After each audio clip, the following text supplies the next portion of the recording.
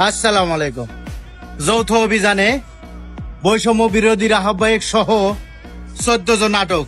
কেউ আলহামদুলিল্লাহ বলবেন না। সময়ের অপেক্ষা।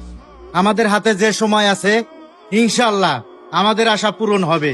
আস্তে আস্তে তলের খোল বের হয়ে আসছে, গাতার থেকে সাপ বের হচ্ছে। আস্তে আস্তে বাংলার জনগণ বুঝতে পারতেছে বৈষম্য বিরোধী বলতে কোনো কিছু ছিল না।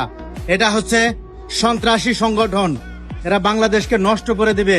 পাকিস্তানি সংগঠন, এরা ছাত্র শিবির। এরা দিনে দিনে যুগে যুগে 1971 সালকেই এভাবে অপমানিত করেছে। যুদ্ধের সময় বাংলাদেশের স্বাধীনতার বিপক্ষে কাজ করেছে। সো আপনারা সজাগ থাকবেন।